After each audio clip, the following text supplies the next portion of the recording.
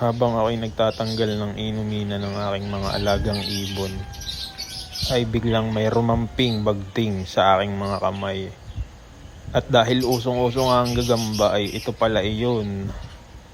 Grabe oh, napakaganda. Kulay orange na mamula-mula.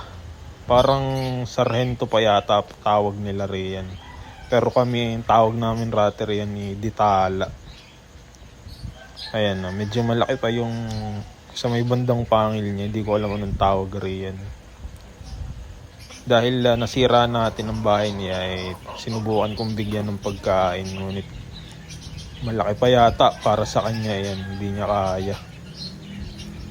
Kaya humuli ako ng mas maliit pa na gagamba ito na patay. Yun yung sinubukan ko ngayon sa kanya. Kaya yan, panoorin nyo.